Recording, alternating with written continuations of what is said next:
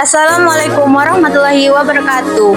Hai Sobat UT, di depan saya sudah ada kakak pembantu pelatih pembina pramuka dari SMP Negeri 2 Tanjung Lubo.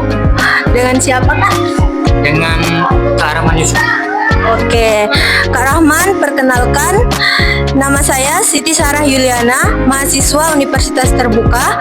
Saya sedang mengerjakan tugas tutorial tentang kegiatan kepramukaan di sekolah dan mohon izin untuk melakukan wawancara singkat mengenai pelaksanaan kegiatan pramuka di SMP Negeri 2 Tanjung Lubo. Apakah kakak bersedia untuk saya wawancarai? Ya, tentu saja.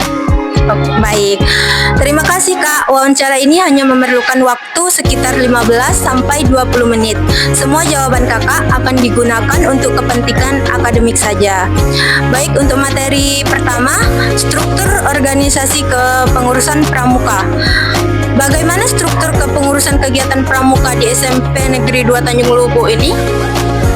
Untuk struktur organisasi itu yang paling di atas pasti kepala sekolah, yang biasa kalau di pramuka itu biasa dipanggil atau disebut dengan nama bikus.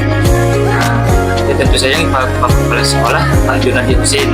Nah, di bawahnya itu terdapat dua pembina putra dan juga pembina putri. Pembina putra itu bernama Yortaniong, dan juga untuk pembina putri itu ada Ibu Surimah. Nah, saya sendiri di sini sebagai pembina yang tentunya membantu para pembina dalam melatih bahkan dalam mengurus pramukaan. Terus siapa saja yang terlibat dalam kepengurusan baik dari guru maupun peserta didik? Yang sering terlibat itu pasti pembina ya Kak ya, karena pembina itu membina para siswa dalam kepramukaan biar mereka bisa jadi lebih baik lagi. Oke, masuk ke materi berikutnya, yaitu jadwal kegiatan. Kapan biasanya kegiatan pramuka dilaksanakan di SMP Negeri 2 Tanjung Lubo ini?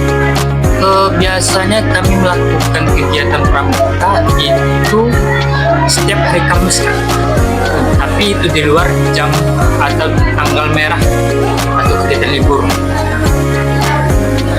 Terus, apakah kegiatan dilakukan secara rutin mingguan atau hanya pada waktu tertentu?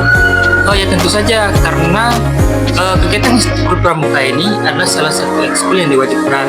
Nah, itu tentunya sekolah SMP Negeri 2 Tanjung Lubo sendiri melakukan kegiatan rutin tersebut setiap hari Kamis. Terus materi yang ketiga yaitu kegiatan rutin dan non-rutin. Apa saja bentuk kegiatan kepramukaan yang rutin dilakukan setiap minggu? Dalam kegiatan rutin, ya tentu saja dengan pengisian SKU dan juga belajar tentang kepramukaan seperti tali temali, sandi, dan juga LJBP. Terus ada nggak kegiatan non-rutin seperti perkemahan, lomba, atau pelatihan tertentu? Oh ya, tentu saja. Kami biasanya melakukan kegiatan pelatihan pramuka penggalang untuk pramu rakit terap. Itu biasanya kami lakukan pada setiap Desember atau ujung tahun. Terus materi yang keempat, sarana dan prasarana. Bagaimana kondisi sarana dan prasarana yang mendukung kegiatan pramuka di SMP Negeri 2 Tanjung Lubo?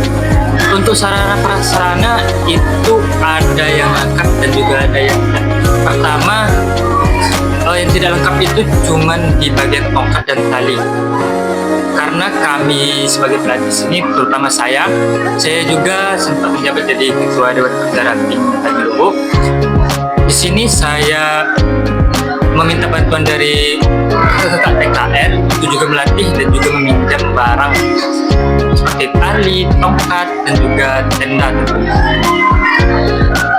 Terus, apakah sudah cukup untuk mendukung seluruh kegiatan kepramukaan?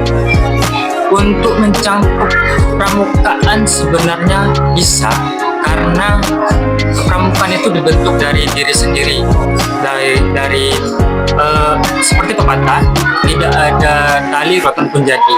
Jadi kita memanfaatkan barang-barang yang ada seperti tongkat, kita ngambil dari gagang sapu, dan juga tali temali juga bisa kita buat dari tali rafia atau dan lain sebagainya. Baik, materi yang kelima, sistem penilaian kegiatan kepramukaan. Bagaimana sistem penilaian untuk peserta didik dalam kegiatan pramuka? Untuk penilaian ya tentunya kami kembalikan kepada SKU ya kayak, karena SKU itu bukannya harus wajib diisi, karena setiap kegiatan kalau bisa dalam materinya itu bisa diisi supaya dapat bisa masuk ke pangkat berikutnya atau penggalang berikutnya. Terus apa aja aspek yang menjadi dasar penilaian? Untuk aspek penilaian itu mencakup banyak ya, karena dalam pramuka banyak mengajarkan tentang kerohanian, kedisiplinan. Ya tentu saja kerjasama juga termasuk juga kan. Untuk dalam aspek penilaian dari segi SKU kami sudah menilai. Baik, untuk materi yang keenam, prestasi yang diraih. Apakah SMP Negeri 2 Tanjung Lubuk pernah meraih prestasi di bidang kepramukaan? Oh, di bidang kepramukaan SMP Negeri 2 Tanjung Lubuk pernah meraih juara favorit dan juga juara umum di kegiatan Dian Pinru tahun 2023 tahun lalu. Dan juga dapat piala bergilir. Untuk semoga untuk kedepannya bisa ada lagi Kak. Bisa ceritakan nggak sedikit mengenai prestasi tersebut secara lebih detail? Untuk itu prestasi mereka dapat dari mereka diri sendiri Kak. Karena walaupun kita bimbing mati-matian, tapi kalau mereka sendiri nggak mau, ya tetap nggak bisa. Itu kenapa saya kembalikan dari mau mereka sendiri, ya mereka mau berlatih lebih serius, mereka tekun menjalani pramukaan di Negeri 2 Tanjung Lubuk. Ya tentu saja pasti ada timbal baliknya kan, untuk lomba atau kegiatan yang mereka cari. Materi yang ketujuh, tantangan dalam kegiatan kepramukaan. Apa saja kendala atau tantangan yang biasanya dihadapi dalam pelaksanaan kegiatan pramuka? Tantangan ya kan? Tantangan sebenarnya itu kurang lebih dari mengatur kedisiplinan siswa. Pertama, siswa yang sulit dibariskan, siswa yang sulit diatur, dan juga tentu saja ya beberapa siswa yang kadang bolos, kadang nggak masuk.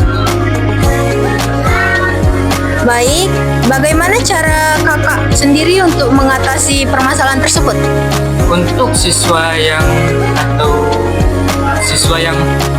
anggap aja pembangkang atau susah diatur kedisiplinannya, kita tegur. Pertama kita tegur. Kalau masih tidak kita tegur, ya kita bimbing lagi supaya mereka bisa lebih baik ke depannya. Baik, terima kasih kakak atas waktu dan penjelasan yang sangat bermanfaat. Semoga kegiatan pramuka di SMP Negeri 2 Tanjung Lubuk semakin maju dan memberikan manfaat bagi seluruh peserta didik. Saya Siti Sarah Yuliana, saya akhiri. Wassalamualaikum warahmatullahi wabarakatuh.